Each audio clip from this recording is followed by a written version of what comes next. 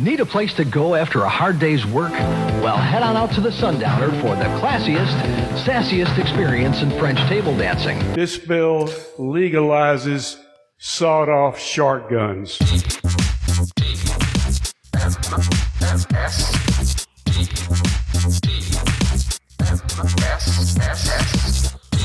The morning stream smells like apple pie. Hey everybody, welcome to TMS. This is the morning stream for August 19th, 2025. I'm Scott Johnson. That's Brian Ibbett. Brian Ibbett, still looking for a pair of readers that are not super reflective on the outside, so I can wear them during the show without looking like Elijah Wood's character from Sin City. Somebody somewhere's got a good recommendation on these somewhere. I would think so. Please, somebody let me know. Yeah. Write in. You know how to do it, guys. Just write in. You can use any of the methods to write in. Yeah, these are Foster Grants, believe it or not. Could I take a light grit sandpaper and just like... Just matte Would finish. That ruin them? Would that ruin them? I feel like it might hinder your vision more than it would help. Is Foster Grant a fancy brand? I've never heard of that. Yeah. Well, don't you remember the commercials? What were the commercials? Do you know who that is behind those Foster Grants? Oh, kind of have a vague memory of that. Yeah, now that you hear it, it's like, oh yeah, kind of. Yeah. Let me see if I can find since we're on a little commercial kick this morning. Sure, why not? We were just talking about that. Stephanie in the chat says that you can get a Zenni, go to Zenni and get some anti-glare coatings. These are that. Mm-hmm. And I don't, if I did this though, you'd still see my glare though, see?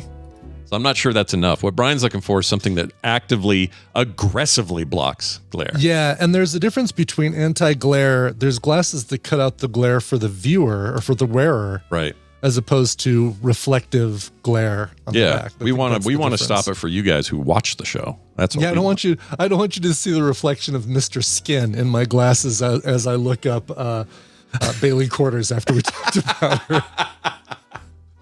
How come Bailey Quarters doesn't come up on Mr. Skin? Wasn't that a real name? Oh man. I think she, I don't know. Did she ever do any? I don't want to know. I don't want to know what she did. Yeah, no. If she did, great. If she didn't, great. What was her name? I don't remember. Jan Smithers. Oh, there you the Yeah. She was a real Smithers. Yeah. She was a real Smithers. Smithers. Name a Smithers you know in real life. You can't do it except her. That's the only one, Jan Smithers. Nice. There you go. I sent you the video in our Discord of the Foster Grant sunglasses 1978 ad. All right, let's take a look here. Oh yeah, we're playing this. This is old enough I can play this without any worries. I would hope so. Yeah. Here, chat. You guys can join along with us here. Here we go. Oh, there's no volume. Hold on. What? Yeah, here we go. Guarda. Isn't that Sophia behind those Foster Grants? I say! Isn't that my Angel behind those Foster Grants? Voila! Isn't that Jean-Claude behind those Foster Grants? Hey, old buddy. Isn't that your girl behind those Foster Grants? Oh, shit. Their fabulous looks and their polarized gradient and mirror lenses, isn't that your girlfriend wearing a windshield on her face? Yeah, isn't that who that is? Wow, that's something. Hey, I remember that now. Yeah, those Foster Grants. Foster Grants. That's great. Are they still a big deal? I guess they're still a big deal enough for people. I mean, they're a big enough deal that you can get a set of readers at Walgreens with the Foster Grants name. So, they're a big how deal. The mighty have fallen? Maybe? Sure, why not? Or how the mighty have adapted? I don't know. Right, exactly. now the ladies at the memory care facility. Who is that behind those Foster Grants? Mm-hmm. Is that my husband? Exactly. That's great. Okay, a quick thing to start us off today. We got a text, and I want to read this here. This is from Ryan. He says, "Dear Squirm and Burrow, have either of you tried the new Worms game on Apple Arcade? It's not perfect, but it's a vast improvement over their past attempts for iOS. I'm having a lot of fun with it. Peace." Now, Stephanie, turn this part off. I love Worms. I'm a lifelong Worms fan. Since the first one, everything, all the PC versions, I had console versions. Pretty much if you had a platform and Worms was on it, I was getting it. Yeah. I haven't heard of this version. I'll check it out because I currently have a free month of arcade, so I may check it out. Oh, cool. Oh, you're not just like a regular arcade. No, I don't find my thing the thing with mobile games, not that they're bad games, they're plenty. In fact, they're arguably the best games on mobile are in there.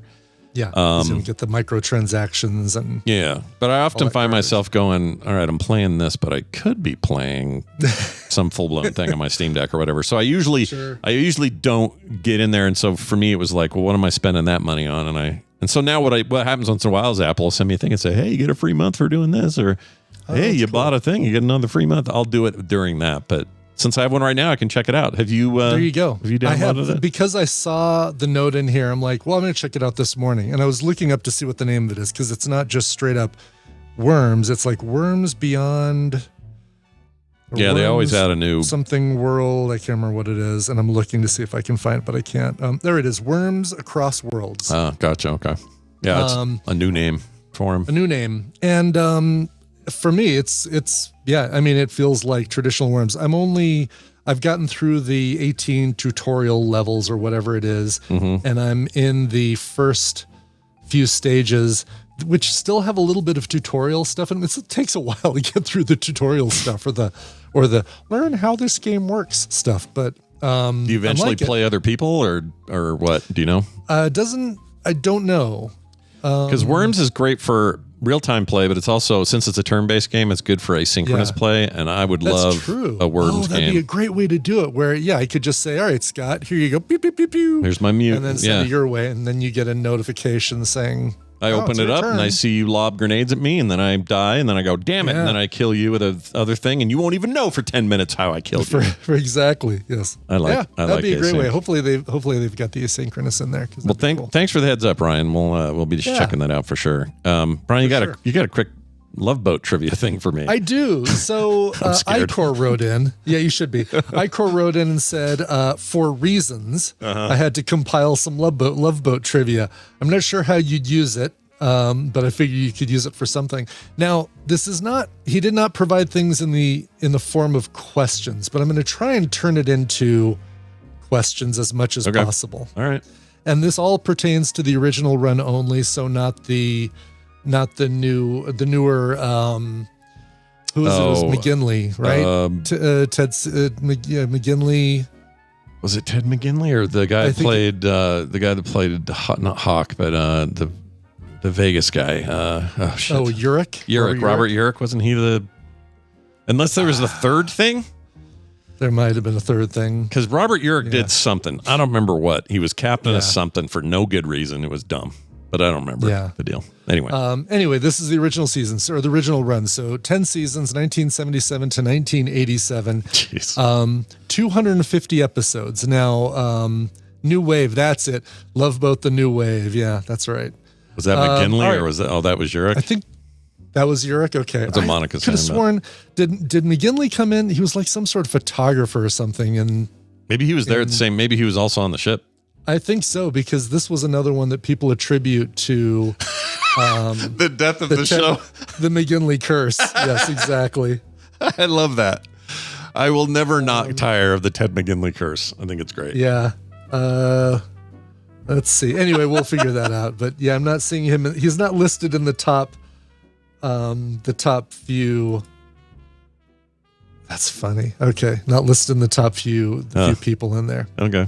Oh, McGinley was added towards the end of the real run. So there we go. That's what. Oh, so that killed the original. Okay. That's what killed the original. Okay. So thank you very much, Monica, for that. All right. So the original 10 seasons, 250 episodes. 3 actors appeared in all 250 episodes. All right. So not the full cast, but 3 actors did appear in all 250 episodes. Can you name them? Can I do it by character, or do I have to know the I'll let you do it by character and see if you can come up with the actor names. All right. I'm going to go with Gopher.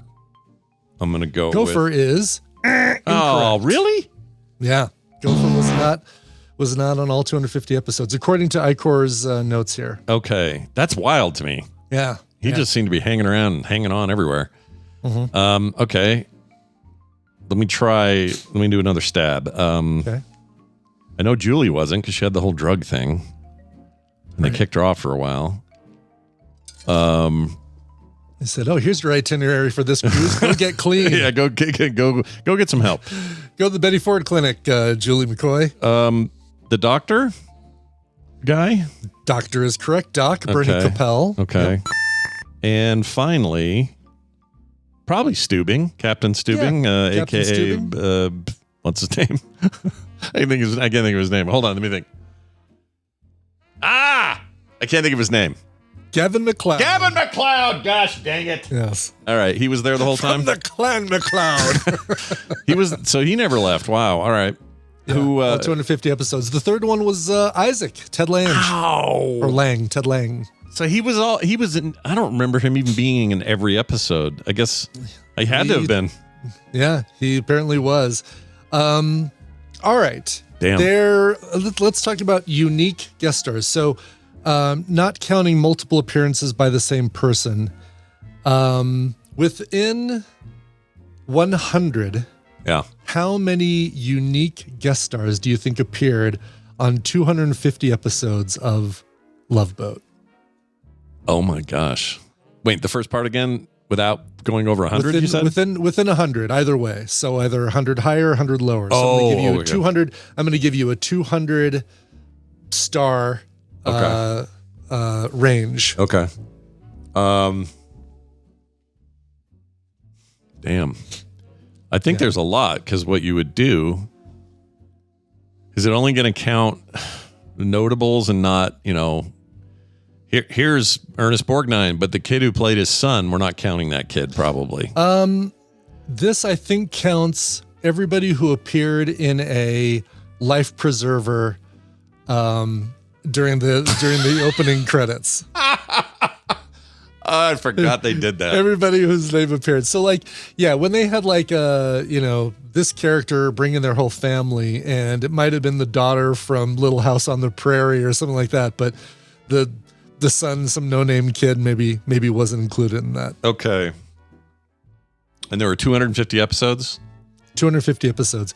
Man, somebody with a lot of time should make a big, long supercut of the introduction showing every single name in their little life preserver. I would watch that. I would too. I would put that on in the background while I worked as well. I'd watch one of that. I'd watch that once and never again. That's what I would do. Yeah. Yeah. I'm going to say, because of 250 episodes, I'm going to say there were more than one per episode. So I'm going to say 468. 468 is incorrect. I'm going to actually figure out what an average is here. 1,389 unique guest stars. Oh my. So if I divide that. That's freaking terrible on my part. That means 5.556 guest stars per episode. Holy shit. Which, does that mean they counted all the Globetrotters or something weird like that? That's each individual Globetrotter? Yeah. Maybe, yeah. Wow. What that doesn't include, though, are people who made multiple appearances, either as different characters or as the same character. What person appeared the most? What actress appeared the most times on the Love Boat as a guest star in the run of the series? I feel like I should know this, having seen it in the last few years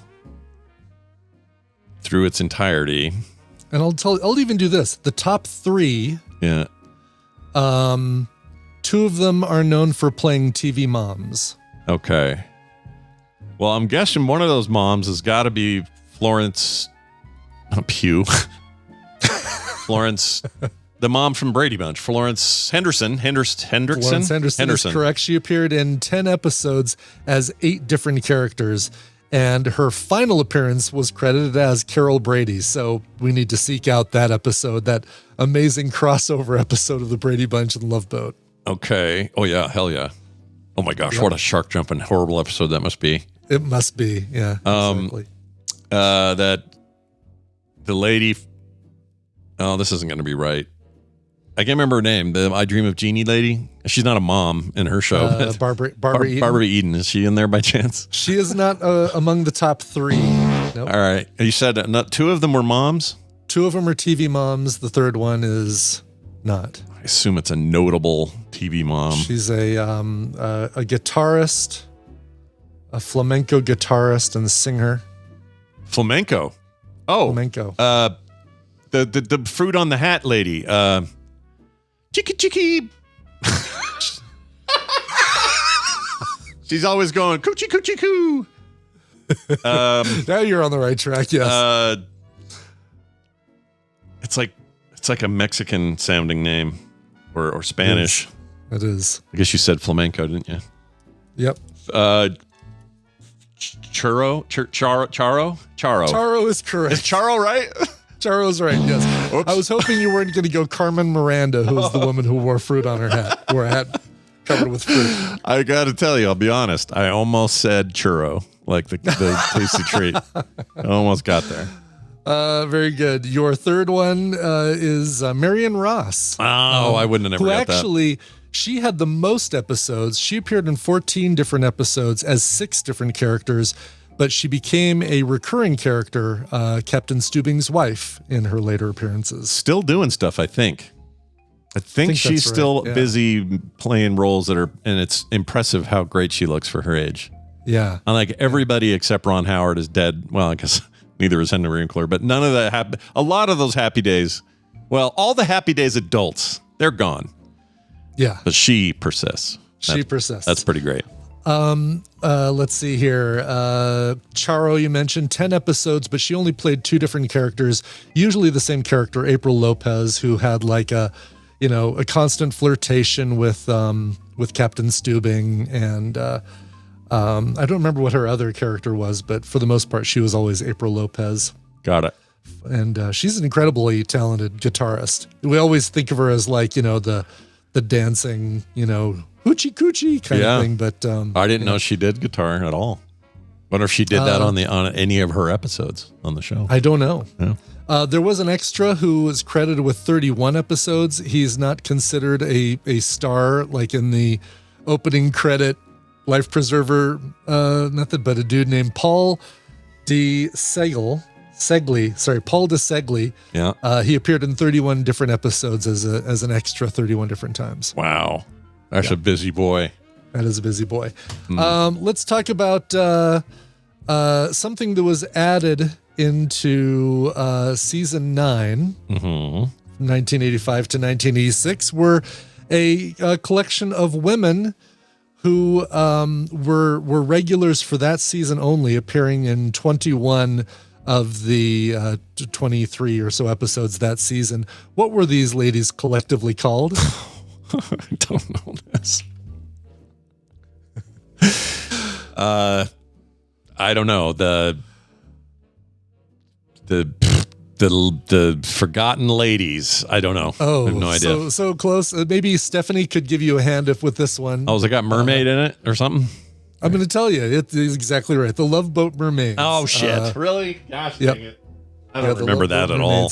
The most famous of which, she was both real and spectacular. Terry Hatcher was one of the Love Boat Mermaids. What did she was like, what, 12, 13 or something? Probably, yes. My gosh, that's crazy. I don't know how to ask any of these as a trivia question, so his final selection of pieces of trivia. The final season was only 4 episodes long. Julie returned as cruise director, so this was after she got clean. Yeah. The episodes were actually considered TV movies, so not really a season. So you actually got, bigger episodes. There was only one normal, quote unquote, normal 1-hour episode. The rest of them were these larger episodes. One of them was a 2-part special Christmas episode, and the finale was a 2-hour episode presented as a murder mystery. Oh my. So the question is, give me the question again. There wasn't a question. That just basically is like some additional trivia. I could not come up with a way to make that into a question. Oh, okay. So. I was like racking my brain, like, okay, I'm ready for this. I'm ready for this. What was it? The 4 seasons? Okay, I remember the 4 episodes. I remember that being a miserable end to that show, though. I'm sure it was. Like, what a whimper. Going out with a whimper. Just a sad ending to a That said, I want to find the episode with the Brady Bunch, the crossover episode. Yeah. And I want to find the 2-part finale, the 2-hour murder mystery finale. Oh, yeah, dude. All of that would be fun. He actually suggests watching that for FilmSack, like the 2-hour murder mystery Love Boat finale. I would do that. Wait, is that I would do it too. That's not the one with which one had the tiki thing? That was Brady Bunch. That was the Brady Bunch. Yeah, the Hawaiian episode where oh my gosh, dude. Don Ho and the haunted idol that makes tarantulas crawl on you in the middle of the night. That's so shitty. I can't believe what we used to do. I just What was the worst? Which was worse? The 2-hour or the 2-episode Brady Bunch goes to Hawaii thing, or the 2-episode Brady Bunch goes to the Grand Canyon and Vincent Price locks him in a jail? No, it wasn't Vincent Price. Who was it? It was it Vincent Price? Might have been. Name? Might have been. Chat says He just Vincent. said Vincent Price. Yeah. That's a pretty wild. That's a guy who's past his prime and just taking whatever jobs you got. That's what's going on there. Right. All right. Well, we're gonna take a turn. We're gonna talk to our friend Bill, and you guys are just gonna have to groove on it. All right. That's the deal. Groove on There's Bill. still something wrong, isn't there, Bill? Well, there might be, but probably not. It's Bill Duran joining us from punishprops.com. Hello, Bill. How are you, man? Hello and good morning. Oh, good morning to you. It's nice to hear your voice. How's things? Yeah. Well, DragonCon is next week, so we're oh my gosh, a little busy. Are you even feeling close to being ready at all? So today you're starting on your costume. Yeah.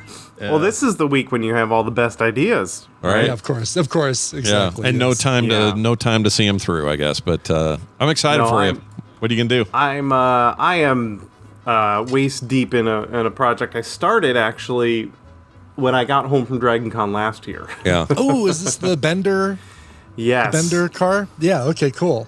How's it going? Because I saw a recent photo and it looked like that thing was near done. Well, it looks good. Yeah. I took a little bit of a break for a few months. It's been a multi-part project over this last year. We had a bunch of travel the last few months. We had some obligations, but now I'm back at it. And the last thing I did before I took a break was I was working on the car body for Bender. And I had left it with a bunch of filler primer sprayed on it. So it was just sitting there for a few months. Sure. Now we got a video out on the next step that I'm about to cover right now, if anyone wants to go check that out. Mm-hmm. Everything was looking good. I just had like a bunch of sanding. It's probably one of the reasons why I took a break. All I had was a lot of sanding to look forward to. And the car body needed a little bit of work. Like I was using body filler like Bondo, which is kind of funny. It's what the stuff was designed for making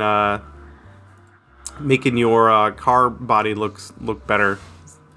Sorry, my cats are about to get fed and they're growling at each other. Bondo's great filler for not just cars but also 3D prints. Like it's a good. Right. The green stuff is highly recommended for I've got layer lines and I want something just super smooth and polishable. Kind of like a putty, like you'd putty it to. Yeah. Okay. Yeah. All right. And then Interesting. sand the hell out of it with a rebreather on. Yes. Yeah, you don't want to breathe any of that dust. So I kicked off this part of the project by doing a whole bunch of sanding. There are also a bunch of smaller parts for the car. There's the big car body, but I've got like headlights and hubcaps and the windshield that all need to get sanding. And then I primed the whole thing. I've been using this catalyzed urethane primer. So it's something you would spray out of like an air gun, but you mix in a catalyst. So it's like the Bondo. It's got a ticking clock before that cures. But what it leaves is a really great shell of primer over the whole thing, and then I wet sanded everything. I got it up to 600 grit, which was pretty darn good. Wait, give me a brief tutorial on what wet sanding is. What does that mean? So when you sand something like sanding all this primer, it kicks up dust that clogs up the sandpaper, especially at higher grits. Yeah. Yeah. So at a higher grit, like 400 or 600, I wet sand it so that I can sand it a whole bunch and then dunk the sandpaper in water to clean it off and then go back at it. Right. To leave a really, really super smooth finish before painting. For the metallic looking parts, I used a chrome paint for like the hubcaps and everything. Mm-hmm. And then for the car body, I mixed up this blue with a little bit of metal flake in there, so it's got a little bit of sparkle. But while I was painting it the first time, I accidentally hosed one of the doors and it dripped. It sagged. Oh no! Yeah. Oh man. So there's nothing to do but to let it dry and then sand it and then paint it again. So that was a fun little hiccup. Yeah, I was going to ask how much that puts you back, but yeah. Well, about half a day. yeah, sure. So how? Tell me about or tell us about the eyes, Bender's eyes, because you'd originally talked about like, oh, do I put a video screen in there and have the eyes work that way, or do I use mechanics or things like that? What did you end up going with? So I'm actually working on that as we speak. That'll be in the next video. But his eyes are going to be physical moving animatronics with like servos and stuff. And I've actually got most of that figured out right now, and it's very exciting. Ooh, yeah, that's cool. Cool. I love it. So he's going to look around. He's going to when he says stuff, he's going to have expressions with his eyes, which is going to be really, really fun. Yeah. It's awesome. That's great. And you're just going to be remote controlling this dude around the event, and like you did with what am I trying to remember? Probius? Probius. Yeah. Just like that, except the head part is going to be animated, and he'll be able to talk to people, which is very exciting. Yeah. You had a claptrap too, didn't you? Or am I thinking of something else? No, I had that too. Yeah. He was very low tech. Claptrap was basically a wheelbarrow. Yeah. It was like a puppet, right? Because you were moving the really? Okay. sticks for the arms. He was an animatronic. Okay. No, we had like Muppet sticks for his arms, so he could puppet his arms. That's actually really cool too. Yeah, it's so low tech. It didn't break. It worked perfectly. Right. Exactly. Yes. So maybe you've explained this in previous episodes, and I can't remember. But the guts of this car, the part that will make it a car, make it run and be remote, are you just taking apart an existing RC and shelling it and all that? Okay. All right. So the car part has an RC car in it, and then the head part will have it will have a different set of electronics that are going to talk to the radio. So I should have like a list of sayings that I can hit, and he'll just start saying that stuff. And then with the sticks on the controller, I can drive him around. That's awesome. And make his head turn left and right and all that. Look at that! That looks so that good, shot dude. right there is amazing. Yeah. So I finished the car body with a catalyzed clear coat. This stuff comes in a rattle can. Just like the primer, it's got a catalyst that you add to it so that it will fully cure in like 2 hours. And I put 2 or 3 good gloss coats on there, and I'm really happy with how the finish turned out on the car. I got the lights installed, I got the hubcaps installed, and the windshield there. And the car part is now basically done.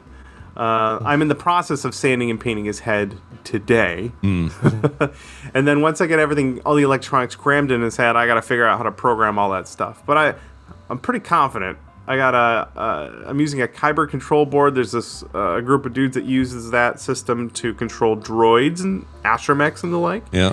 And those guys are helping me out.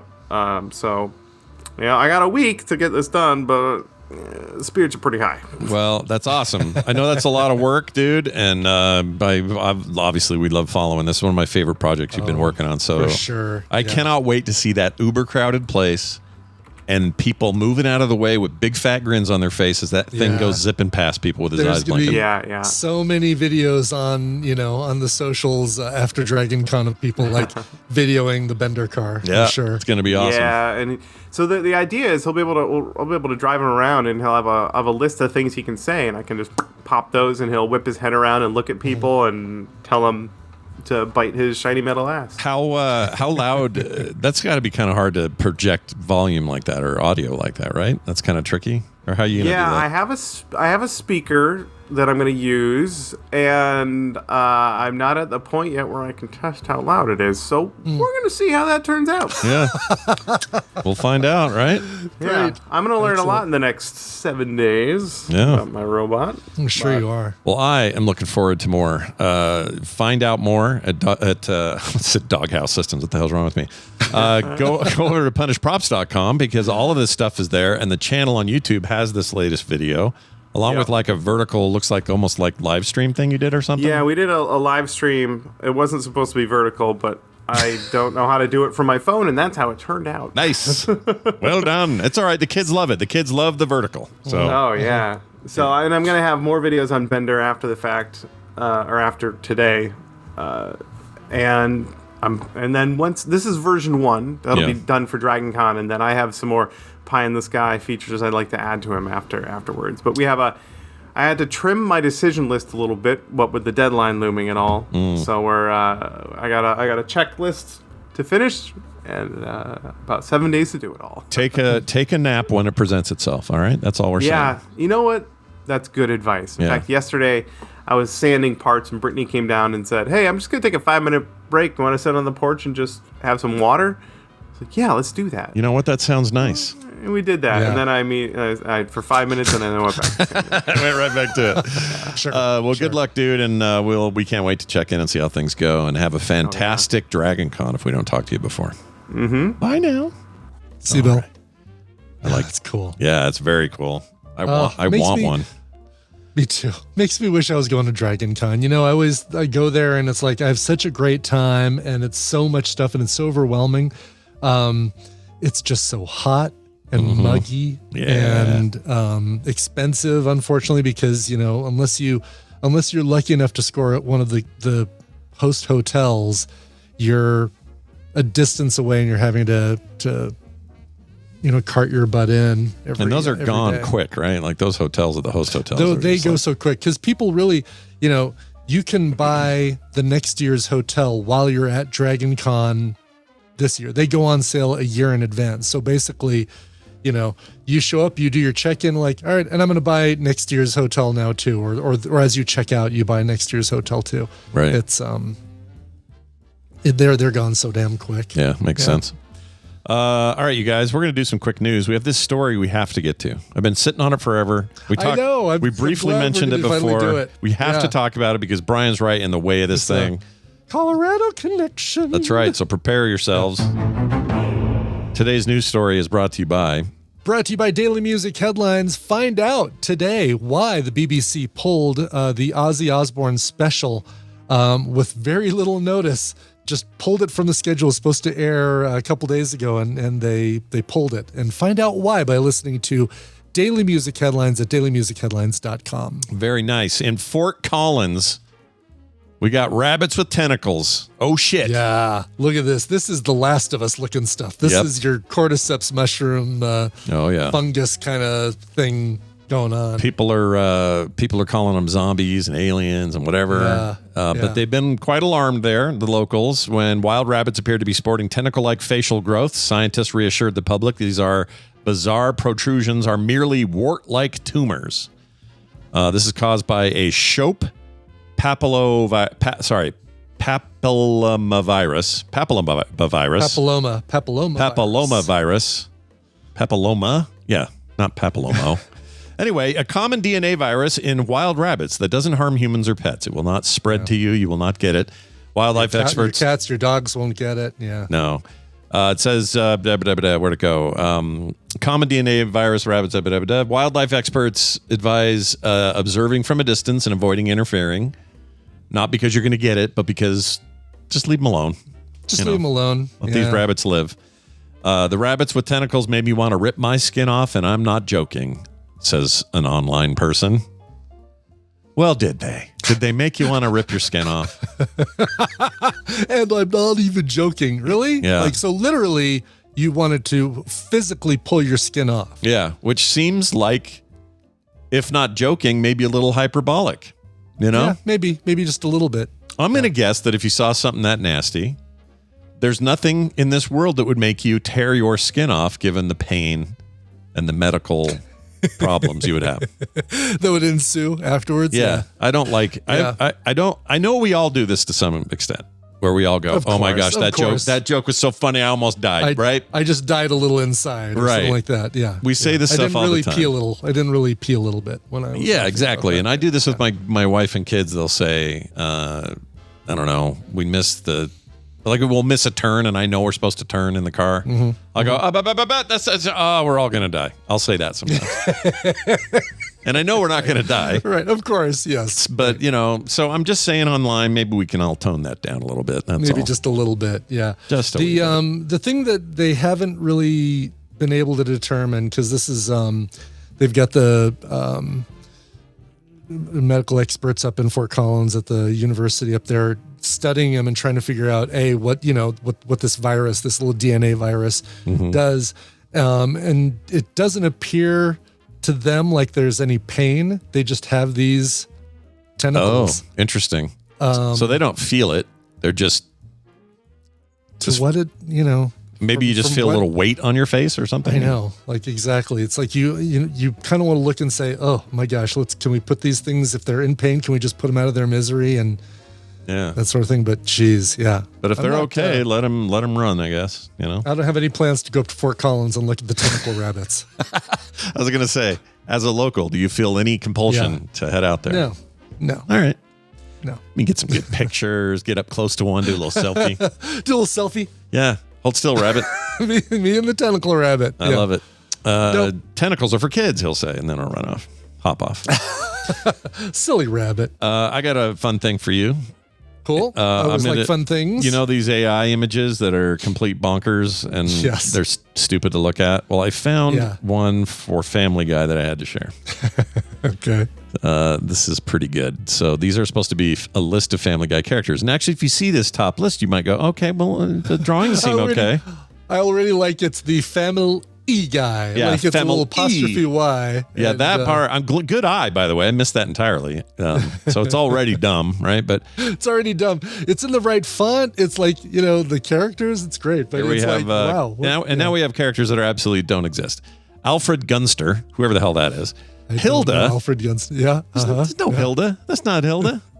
Or Haida. It's not even Hilda. It's Haida. Haida? Oh, that's true. There's no L in there. Yeah. It's the, what's the creepy guy? What's his name? Harold?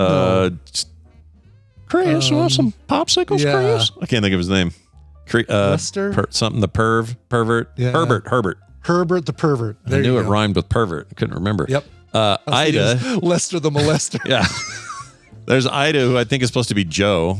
I think that's supposed to be Joe. Yeah. And then you have Cleveland, but his name is Joe, so that's mixed up. Right. Tom Tucker. Okay. At least that's closer. Yeah, that's close. Anchorman Tom Tucker. Death, sure. Cleveland is wrong, and it's also with a K. Lois, they nailed it. Rupert. Rupert. Peter, but Rupert. Boy, the one thing you'd think they would get right is the main characters in the family. the main character. And Rupert is the teddy bear, right? Like is Stewie's it? Teddy bear? Yeah. Oh, I didn't know I had a name. Stewie is this dog. Stewie is Scooby Doo. Yeah. It's not even like the dog. Ernie the giant chicker. The chicker. There's Lois looking like Cleveland again. Another Cleveland again. Yeah. Meg with a pencil thin John Waters mustache, it looks like. Something's wrong there. Tom Tucker. Vinny. Vinny looks an awful like the Tom Tucker above. Yeah, but, totally does. Yeah. Joshua Fortnite. There's two of them. One's a dog. Two Joshua Fortnites. Finally, Stewie shows up in the form of Peter. There's Seamus, and then Glenn Quagmire is totally wrong. Oh my gosh, yeah. So good job, guys. Wow, AI. Yeah, you did it greght. You know what's worse? AI never saw an episode of Famil'y Guy. Sorry. Look at these terrible Pokemon. Bulbasaur, Charmander, Gavertle, Vulpin, Pikachu. I also like how they're trying to match it up with the letters, and even knowing AI can't say, oh, well, there's an E. I'm going to begin ecans with an E. Yeah. It's such a weird, a weird thing. It's half an inch away, AI. Yeah, you're right there. It's right up by his face. There's Godu. I like Godu. Godu. Yeah. Twab. That's a fun one. Twab. Yeah. Let's see if there's any. Synthes, pretty good. Padact. Greffin. Mobat. Horseed. Evie's right. Isn't that spelled right? Evie, but it's also on almost. the It's also on the X, which makes no sense. But yeah, they wrote Evivi. Evivi. That first V is the mistake. It just EEVEE would be right, but the artwork looks correct too. So at least they got that. They got that, but all the letters are wrong. All the letters are wrong. V for horsey, W for tendacryl, Mobat for Y, and there's no Z. There's no Z at all. There's no Z. Yeah. All right. And there's Zapdos. There are Z Pokemon. I do this once in a while to just remind people that we're not to the point where you have to panic yet. Okay. Yeah, exactly. Some of this stuff's pretty bad, and it's okay that it's bad. We'll all just enjoy it. Thank goodness. Like I like AI being able to be identifiable as AI. Yeah. That's the level of AI that I'm comfortable with. Same. I'm also pretty comfortable with your voicemails. And we got one from Chuck. Not that Chuck, different Chuck. Different Chuck. Yeah, okay, different Chuck. Right. This is about shift keys, and I've been holding this for a couple of days. I'm pretty sure this is... Hello. Yeah, it's an AI voice. Okay. But it's one he sent a while ago. So sorry this took so long, Chuck. Here it is. Hello to our glorious cover lord and also Scott. I was surprised to learn that people don't use both shift keys. All the typing classes my parents made me take in the 80s ingrained in me that the left shift is used when typing a capital letter from the right side of the keyboard and the right shift is used for the left side of the keyboard. Am I an outlier for using both shift keys? Thank you so much for all the amazing things you both do. Honk? Ah! I know that reference. Yeah, I mean, if you learn typing in school, or more importantly, because I learned typing in school and none of it stuck, I type with maybe these 6 fingers right here only. Mm-hmm. Sometimes I'll use the other ones, but it's really just mainly these 6. And I probably don't have to, but I look at the keyboard when I type. Oh, interesting. So if somebody said to you, though, they said, hey, type this without looking, you could probably do it.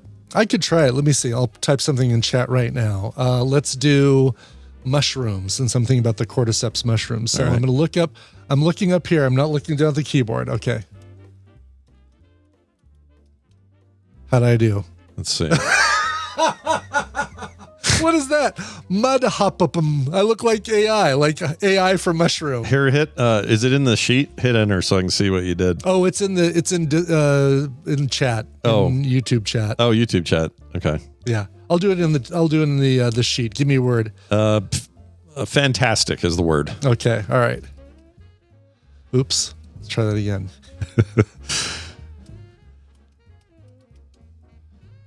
What? Oh. What? I was totally off on that one. What is that word? There is not even the only letter I got right, I think, was the I. Yeah, HNSYSDOYOV. Okay, so clearly I do need to look at the keyboard. Well, and this just illustrates a point. Everybody's got their own methods. My dad was a middle finger typer. It's all he did. He was really fast, but he was like middle fingers only, and he was really quick with it.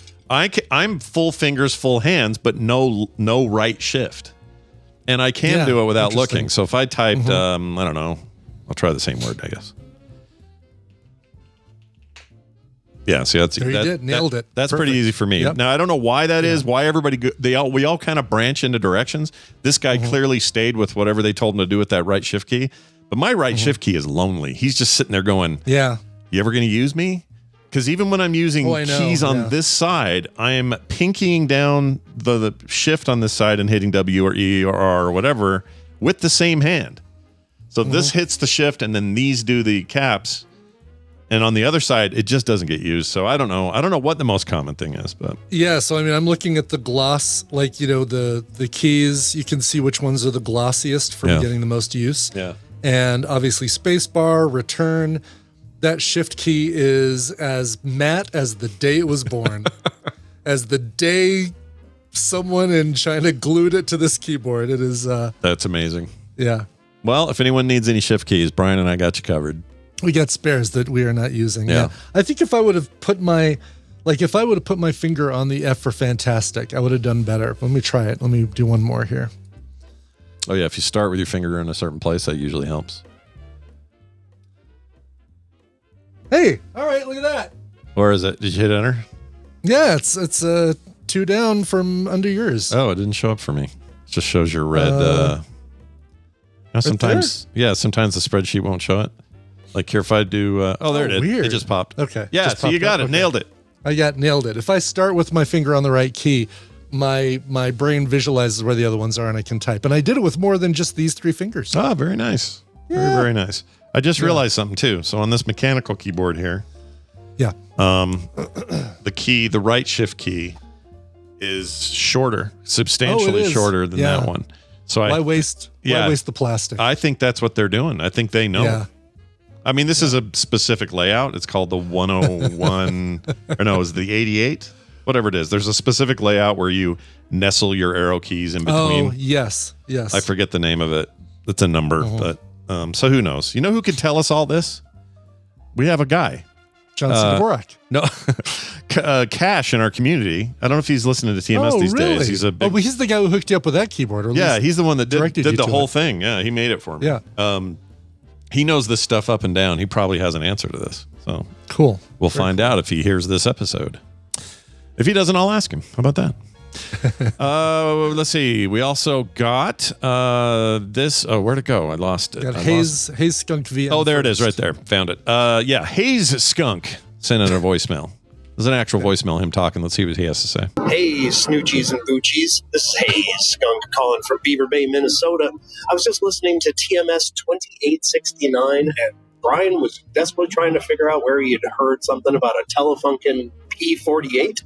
I believe he's thinking of Joe's Garage by Frank Zappa, where he makes several mentions of the Telefunken U47, as in, it looks just like a Telefunken U47. Is that what it is? Is that where it came from? 100%. That is it. Is the song Joe's Garage, or the album, but specifically the song Joe's Garage by Frank Zappa. The Telefunken what was it, U47? U58? It wasn't a P, it was a U. Yeah.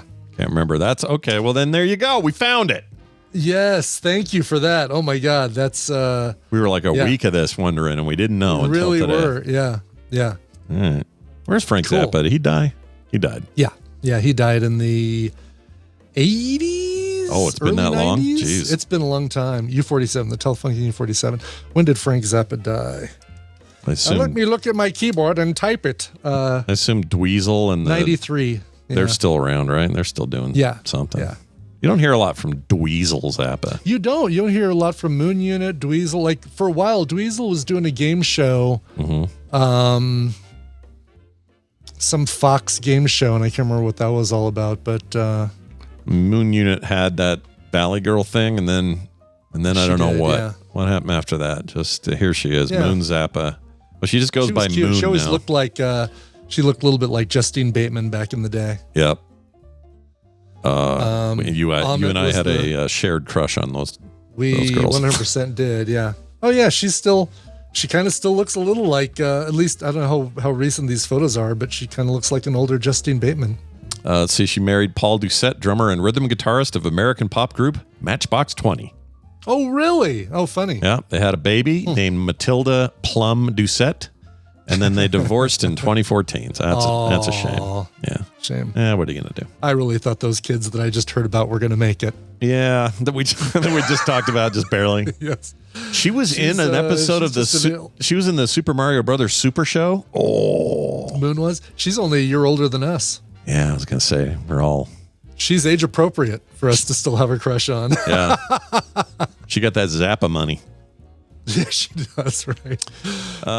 We got one more here. This is just a quick one from Jason. This is him and his AI voice, but he made it himself. Oh, okay. So here it is. Hello, this is my bad AI voice. Scott loves to scream cheese at monkeys. All right, there you go. That's pretty good. That's pretty good. That's pretty good. Yeah. I was going to say, did he train it on his own voice? But no, that is his own voice. It's just his AI voice. Yeah, he's just doing, humans are dead. His version of that. I wish. I think AI. Here's my problem with AI voices. It's really interesting technology. It's actually crazy how good it is. Like all of that stuff you can have conversations about. But yeah, I don't want my science fiction to sound like people talking normally.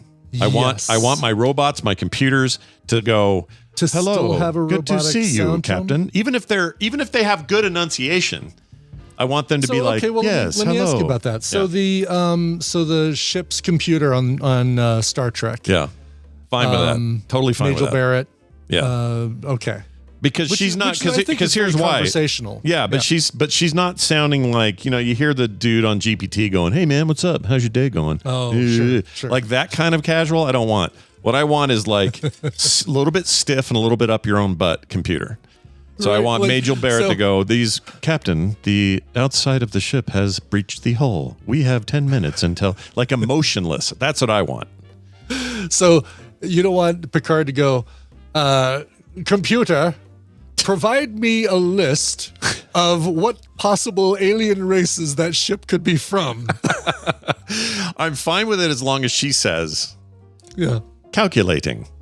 Right. Here's your list. Those zip, could zap. be pack lids. Yeah. And I need some like in between and stuff like that. Yeah. I gotta have all that. If you don't give me that, what are we even doing? Yeah. Thank you for your calls. Like what, like other AI voices in sci-fi. We never heard from Mother, right? Mother was always just written on a screen in Alien. I don't think Mother talked. Yeah. There were other computer voices though in some future, or like I think Prometheus maybe had a computer voice. Obviously. I mean, well, Fassbender's technically. Yeah, but I think there was even maybe a ship there thing. was like a ship computer that had if I remember right. I can't remember. Charlize. That movie got too modern for being a prequel to a thing that it did. They're getting it right now. Like this is good what they're doing now. Like they're sticking to that aesthetic, and I think that's great. But back in the day, when Prometheus happened, and you're calling yourself like 100 and 200 year previous prequel, it's like, right. Yeah, but why does everything look like fancy and slick, cleaner and nice, and more advanced? Yeah, exactly. Ironic Name says he thinks Mother talked in Alien 4. Oh, that could. Was it still called Mother? Oh, Mother had an audio countdown. That's true. Yeah, when she was counting down the self-destruct of the ship in Alien, you got a voice. Oh, was that her then? That's supposed to. I guess it's the ship. Voice, yeah. They only programmed 10 numbers. See, but those are the voices I like because they're unemotional about the terrible thing about to happen. Like in Aliens, when they're trying to get off of the planet and she's waiting for Bishop to get his ass over there, the voice is calmly saying, you have 15 minutes to minimum safe distance. Yeah. But the place is falling apart. I don't want AI that's like, you guys got to hurry. We only have 15 minutes. Oh my God, dudes, you've got to get out of here. Yeah, I need it to be discordant, right? And clash with the moment. I think I still want AI to go back a stage and sound more like GLaDOS. Yeah, I think I'm fine with that. That's where I want AI to be. Just very identifiable. Yeah. Almost too calming. Yeah. A little modulated, a little bit of a weird, crusty. A little arrogant. Yeah. Because she's kind of got the whole condescending. I told you how to do it. Like she's got kind of a exactly. Yes. Yeah, right. I like that shit. Yeah. All right. Well, that's it for your messages. Thank you for sending those in. If you'd like to send more, you can find all the ways to do it over at frogpants.com/TMS. Speaking of which, that's the website for all our other stuff, including requesting songs and that sort of thing. As far as programming goes today, you got the daily music headlines like Brian mentioned yesterday or earlier today. That is on today. That's already up, so you can go check that out right now. You can find Play Retro later today with me and Brian Dunaway. That's at 4 p.m. Mountain Time at frogpants.tv. And I'm sure other stuff too. Kim made a quick Kim's Kitchen where she made the fast version of making jalapeno or pickled jalapeno slices. Ooh, I'm watching that. Super simple, super fast, really easy. Love me some pickled jalapenos. So. Yeah, and I'm always surprised how good the quick pickling process is. Just as good as like the put it in a hole for 2 weeks or whatever. Yeah. So that's up there now. That's on the YouTube channel, so you guys can check that out. Cool. I think that's everything. Brian, go ahead. I got to make some burger sauce for Saturday, for the big party Saturday. Like burger sauce, I got to find the mandolin to cut some onions super thin. You smashing that day on the thing? Yeah, doing the smash on the griddle. I've got my smasher, got my parchment paper to put under the smasher so it doesn't stick. But I want super, super thin onions and slices of tomatoes. And that sounds so good. Yeah, I know, Wes, you're like, there shouldn't be any veggies on your smash burger except for onions. Disagree. I know, but I'm going to be doing it with like lettuce and tomato and cheese. Good tomatoes. I'm with Brian. You can do more. Yeah. I don't think I don't like cheese on them because they just make everything feel like a mush to me. That's just me. Oh, really? Okay. Taste will vary, but for me, when it's smashed and done, and the onions are part of it and all that, then a thin tomato, lettuce, some condiments or whatever. Pickles, yeah. Nothing wrong with any of that. I'm going to be providing like the people coming, the kids. I keep calling them kids. You know, these are Tristan's age, 28, 25 to 30-year-olds coming to this thing. But I'm going to be providing them with a bare bones smash burger with the burger, the meat, the bread, maybe the cheese, maybe the sauce, unless they say, please, no. And letting them put whatever veggies and stuff they want on them. Yeah, give them a little veggie bar kind of thing. Yeah, exactly. I'm jealous. I wish I could send my father-in-law just harvested the biggest, most beautiful, perfect tomatoes you've ever seen. Oh. Big, beefy, beautiful. And they're just, unlike store-bought ones, they taste good. Yeah, yeah, man. Grown tomatoes. We've got a bunch of grown tomatoes we're going to be using. Tina's a whiz with growing tomatoes in the garden, so we'll be using those. So if I could, I would send you this whole crate because I'm guessing we're not going to get through them before one goes bad. If you could, I wish you would just be here to celebrate Tristan and Kay's wedding. That would be awesome. You know what else would be cool? Let's meet in Green River because Green River, yeah. But apparently they got really good melons right now in Green River. Oh, really? In Green River? Yeah. I just watched a movie or a TV show that took place in Green River, Utah. What the hell was it? Oh, really? Yes. It's not that thing with Hulk in it, Eric Bana in it, is it? It was no, that was it's national park stuff. Untamed was Yosemite National Park. God, there was something that Tina and I just watched. This is the problem with us, like binge watching so much stuff, one thing right after another, that I forget some of the specifics of the thing we just watched. Mm-hmm. It wasn't, we just watched Band of Brothers. I know none of that took place in Green River, Utah. No. But there was something that we just watched that did. Huh. Man, Band of Brothers has some weird cameos. God, yeah, no kidding. Like Tom Hardy in there too. Yeah, early Tom Hardy. I think, doesn't late night show host Jimmy Fallon show up for a hot second? Does he really? I think Jimmy Fallon's in there, I think. Wow. He's very young, though. It was a blink and I'll miss him kind of thing. Yeah, I mean, not a big part. But. Obviously, I mean, Ron Livingston is such a big major character in there. Dude from Homeland. But then you've got like the guy who was, he was in later, like a lot of later episodes of Arrow and The Flash as a villain. I know who you mean. I can't think of his name, but I know who you mean. Yeah. He's in there too. It's wild how many people are in there and how many careers came after that. It was a bit like Black Hawk Down. Schwimmer, of course, David Schwimmer getting done dirty. There's look at that. Fallon. That's Fallon and Band of Brothers. Yeah. How did I miss Fallon? I mean, it's kind of helmet and everything. It's kind of hard to catch. Yeah, no kidding. I don't think I noticed the first time through. Oh, Neil McDonough. Yeah. Oh yeah, he's great in there. Yeah, that show's so good. Now you got to watch The Pacific. Also awesome. I have to watch Pacific. Yeah. Yeah, right. Which is the follow up or the? It's by the same people. Same producers. I don't know if it's pulled from the same source material. Maybe it was. I don't think so. Different author, but the very very similar. It was like a really early Rami Malek in it. Okay. Similar thing where you see some actors and go, "Oh my gosh, they went on to be big deals." I like The Pacific a lot. Pacific has the coolest intro song. It was co-written by Hans Zimmer, but it has the best intro song. Really? Oh, it's just cool. sweet. It puts me in a place, gives me chills every time. Oh, so good. Huh. Anyway. I wonder if, let's see, it might have been one of those horror movies that I watched. The Monkey, maybe? I wonder if The Monkey has part of it that takes place in Green River, Utah. Oh, maybe. Little America, I didn't watch. I mean, I know Little America. The monkey. That's the one where the monkey kills everybody. It's like the psh, psh, psh, Yeah. wind up toy monkey. Yeah. I didn't see Nobody 2, ironic name, so I know it can't be that. And Scott did just watch Nobody 2, and he'd know if it was definitely not Green River. No. Yeah. It was somewhere in Florida. Nobody 2 is great. Except that part. Yeah. I don't know if Travis is in there, but Travis and I have a differing opinion about the villain. Yeah. I love who they cast, and I love the idea, but they blew it. I know. Monkey's Stephen King, so it probably took place in Maine.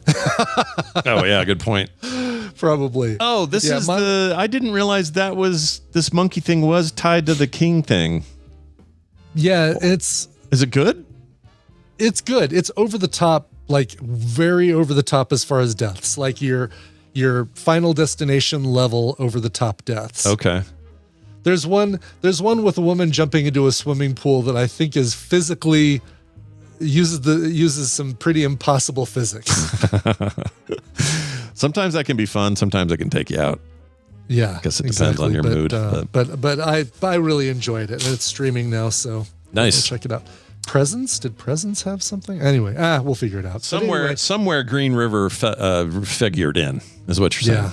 Yeah. Like actually brought up Green River, Utah. Like they mentioned Green River, Utah. Well, let's meet there for melons, Brian. We're getting it done. That's going to do it for everybody and us. Frogpants.com/TMS. We'll be back tomorrow with a whole new show. And presumably, actually, I don't know if you have Tom. They're having experiment week, and sometimes he takes that off. So I'm not sure what tomorrow is. If we don't, I'll tell you what, I'll promise you right now, people, if we don't have Tom tomorrow, we'll open the phone lines and do a call now. It's been a while. Ooh, that'll be fun. Yeah. You know, I think he and Eileen are on vacation because I have to cover Eileen's daily music headlines on Thursday. So I think you're they right. Might be out. I think you're right. Yeah. In that case, plan on that. We're going to have a call now. That means all you weirdos can call in. Yeah. And we'll accept your call and then hang up on you abruptly when we don't like what we hear. That's right. When we don't like your question. Yeah, which is inevitable. Anyway, that's all coming up tomorrow. For now, though, let's play a song and get out of here. Sounds good. Let's go to Providence, Rhode Island for some more punk rock. I don't know if I'd call these guys punk rock. They're rock, man. They're really, really good. The band is called Structure Sounds. Structure Sounds. They've got a brand new covers EP that's coming out September 19th. And listen, if this is any indication how good it's going to be, I am super, super excited about it. The first 2 singles have been released, and what's cool about them is when you look at them in Apple Music, one right above the other, they actually make a picture if they're in the right order. Oh, cool. It's kind of cool. Yeah. The first 2 singles are Blinding Lights by The Weeknd, but the one we're going to play is Back to Black, Amy Winehouse's Back to Black, covered here by Structure Sounds. Oh, looks like someone just got their ears caught in the audio cookie jar at frogpants.com. Hillbilly.